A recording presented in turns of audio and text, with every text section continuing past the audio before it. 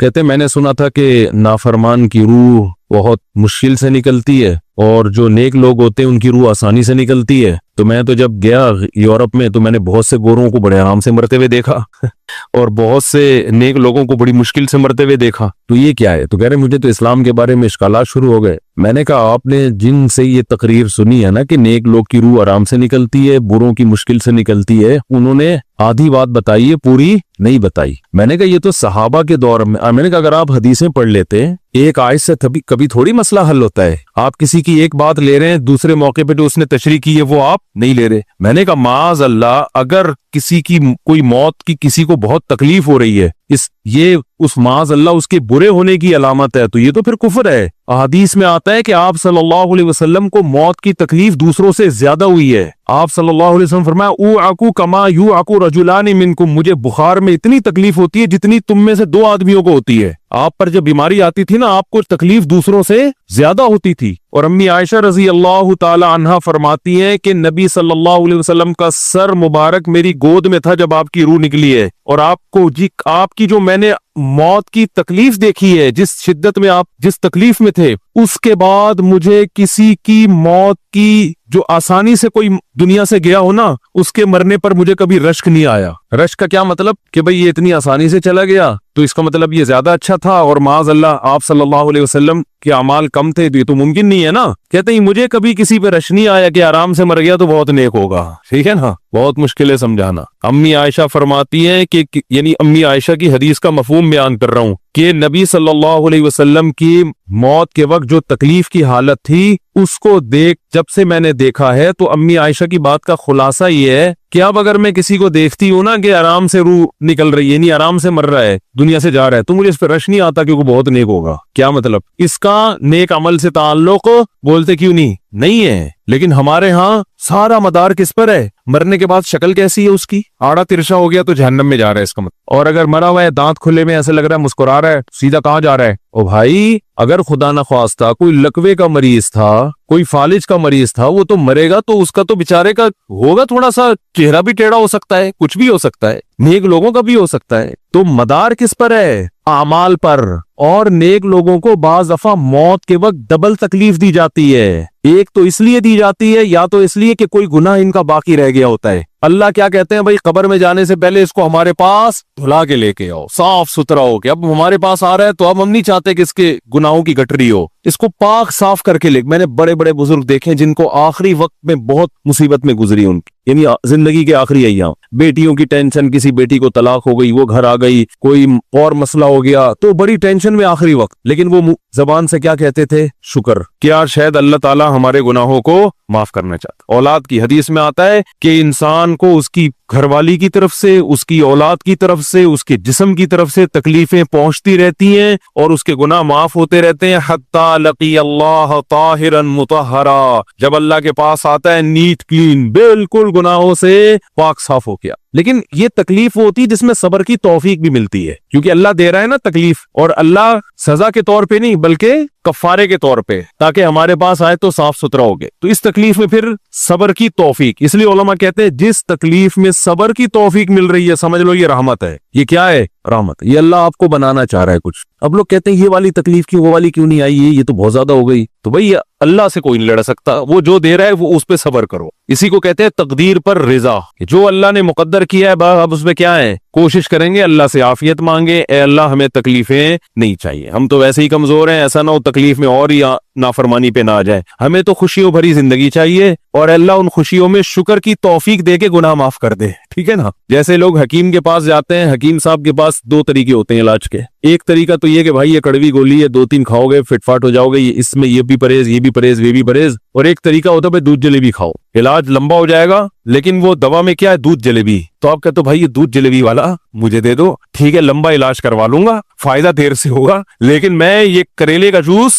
نہیں پی سکتا. تو ہم نالائق لوگ ہیں. شکر سے بھی انسان کے ترقی ہوتی ہے، تو اللہ سے یہ مانگنا چاہیے اللہ ہمیں نعمتیں دے، تکلیفوں سے بچا اور شکر کی توفیق دے تاکہ ہمارے درجات بلند ہو. تو شکر کے بھی تو بڑے فضائل ہیں نا. تو مانگنے تو کیونکہ عبدیت اور غلامی کا تقاضا یہ ہے کہ اللہ سے आफियत मांगी जाए, लेकिन अल्लाह तकलीफ दे दे तो उस पर सब्र। तो हमारे नबी सल्लल्लाहु अलैहि वसल्लम को हाँ या तो इसलिए तकलीफ होती है गुनाह माफ, या इसलिए कि दर्जात बुलंद। अल्लाह चाहता है कि भाई ये दुनिया आजमाइश की जगह है, जब आखिरत में आना तो इतना तुझे नवाजूं। तो हमारे नबी सल्लल्लाहु अलैहि वसल्लम जन्नत में आखिरत में सबसे आला मकाम किसका होगा? सैयदुल अंबिया मोहम्मद सल्लल्लाहु अलैहि वसल्लम, हजरत आदम से भी ज्यादा, नूह अलैहिस्सलाम से भी ज्यादा। तो अल्लाह ने फरमाया कि आपको प्रोटोकॉल देने के लिए आखिरी जो अब आपका आखिरत का सफर है ना, उसमें मादी तकलीफ आपको दूसरों से ज्यादा दी जाएगी। यही वजह है कि हजरत फातिमा रजी अल्लाह ताला अन्हा, आपकी चहीती बेटी, जब उन्होंने आप सल्लल्लाहु अलैहि वसल्लम की उस तकलीफ को देखा ना, जो मौत के वक्त तकलीफ थी और जो बुखार की शिद्दत थी, वाह करबा अबता, फरमाती हाय मेरे वालिद का कर्ब, बहुत ज्यादा गमजदा हो गई उनको देखकर किस कदर तकलीफ में है। तो आप सल्लल्लाहु अलैहि वसल्लम ने फरमाया ला करबा अला अबी का बादल यौम, कैसे तसल्ली के जुमले।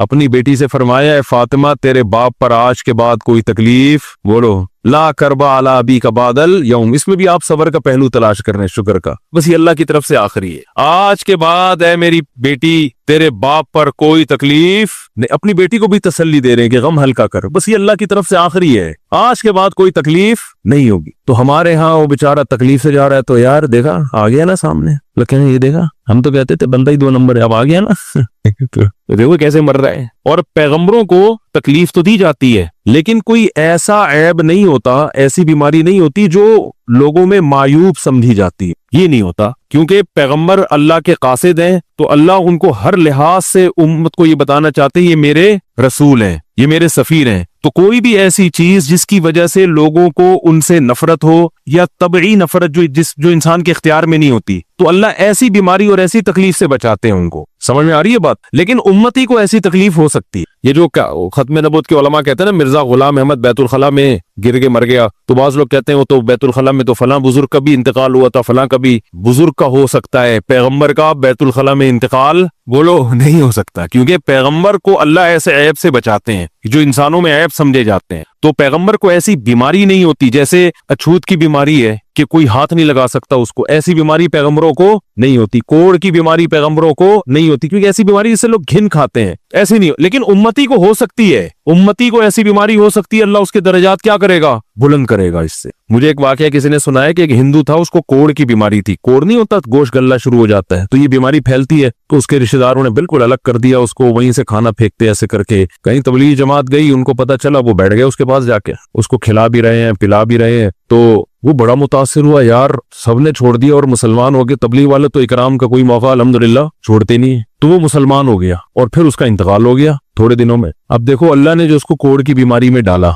ये बीमारी उसके लिए रहमत बन गई कि नहीं बन गई? तो कुफर की हालत में कोई अच्छा काम किया होगा उसने, उसके बदले में अल्लाह ने उसको क्या दे दिया? कोढ़ की बीमारी। अब दुनिया कहेगी यार आम काफिर जो अच्छे काम नहीं करते वो तो फिटफाट घूम रहे हैं, और ये थोड़ा बहुत ख्याल करता था, इसको अल्लाह ने क्या दे दिया? भाई इसको दिया इसलिए कि अल्लाह को पता है कि जी कोढ़ में होगा तो तबलीग वाले आएंगे, इसकी आओ भगत करेंगे और ये क्या हो जाएगा? इस्लाम में दाखिल हो जाए। तो अल्लाह के काम है, ये अल्लाह ही बेहतर जानता है। तो बाज दफा अल्लाह तकलीफ में डालते हैं ताकि आपके गुनाह धुल जाएं। तो इसलिए मौत की जो तकलीफ है ना, अच्छा, और ऐन मुमकिन है कोई बहुत बड़ा बदमाश हो, बड़े आराम से मर जाए, और मरने के बाद ऐसी खूबसूरत स्किन हो जाए उसकी, क्योंकि स्किन की अच्छे या बुरे होने का ताल्लुक मौसम से है, जीने, ठीक है ना। जिसको ब्रेन हेमरेज होता है तो चेहरा खराब होता है, चाहे वो नमाजी हो। मैंने ऐसे पक्के नमाजियों को जिनकी नमाज की हालत में डेथ हुई है, उनको देखा मौत के बाद उनका चेहरा काला हो गया। ये बुरी बात नहीं थी, ये काला इसलिए हो गया कि ब्रेन हेमरेज हुआ, रग फटी है तो ब्लीडिंग होना, और हार्ट अटैक भी हुआ फिर उनको। तो डॉक्टर कह रहे थे इनको जल्दी दफनाओ, क्योंकि ये बहुत जल्दी इनका जिस्म खराब हो जाएगा। हालांकि फिर मैंने ख्वाब में उनको जन्नत में भी देखा सही है ना। तो खाम खमाना लोगों ने ये चीजें मनाई हुई है। तभी मैयत को छुपाने का हुक्म है, क्योंकि इकराम करना है ना, तो चेहरा मरने के बाद बिगड़ना शुरू होता है। ये हर एक का होगा, चाहे नेक हो चाहे बुरा। तभी तो हुक्म है कि इसको जल्दी दफन करो, क्योंकि इसकी तौहीन है अब लोगों के सामने रखना। और हमारे यहाँ क्या हो रहा है, बाकायदा मुर्दों के साथ सेल्फियां चल रही हैं, नाक में रुइयां ठोसी हुई हैं, और वीडियो बन रही है, और जियारत हो रही है, लाइन लग लग के पब्लिक देख के जा रही है। क्या जाहिलाना रस्म है यार। क्या जाहिलाना। मैयत में और दुल्हन में फर्क होना चाहिए। दुल्हन की मुंह दिखाई होती है, वो मोहल्ले पड़ोस की औरतें आती हैं, भाई दुल्हन आई है ब्यूटी पार्लर करके देख रही है, तो मुर्दे और दुल्हन में इतना तो फर्क करो, मुर्दे की भी रूनुमाई हो रही है, तो ये गलत रस्म है। इंतकाल हो गया, फौरन चेहरे पे कपड़ा। हाँ, जो उसके बहुत करीबी लोग हैं, करीबी लोग ऐसा होते हैं कि अगर वो बदबू आ भी रही हो, चेहरा बिगड़ भी जाए, उनको नफरत नहीं होती। बेटे को अपने बाप से नफरत नहीं होगी, चाहे जैसा भी हो, चेहरा जैसा भी बिगड़ जाए। वो कहेगा यार मेरा इसका रिश्ता खूबसूरती की बेस पे थोड़ी है। लेकिन अजनबी लोग जब उसको देखेंगे तो चेहरे के बारे में तबसरे भी करेंगे।